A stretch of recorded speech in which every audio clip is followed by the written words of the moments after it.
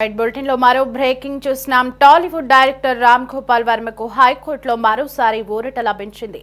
ఆయనపై శుక్రవారం వరకు ఎలాంటి తొందరపాటు చర్యలు వద్దని హైకోర్టు పోలీసులను ఆదేశించింది. రామ్ గోపాల్ వర్మ ముందస్తు బెయిల్ పిటిషన్ పై హైకోర్టులో తాజాగా విచారణ జరిగింది. వర్మ ముందస్తు బెయిల్ పిటిషన్ పై ఏపీ ప్రభుత్వం కౌంటర్ దాఖలు చేసింది.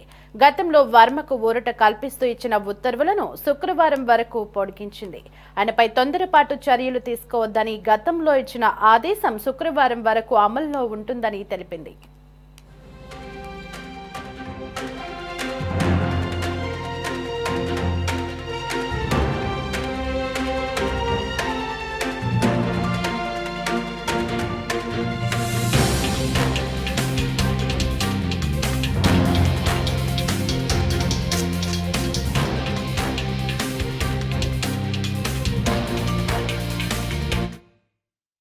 అయితే సోషల్ మీడియాలో పోస్టులకు సంబంధించి ఏపీలో తనపై నమోదైన కేసులను కొట్టివేయాలని వర్మ హైకోర్టును ఆశ్రయించారు.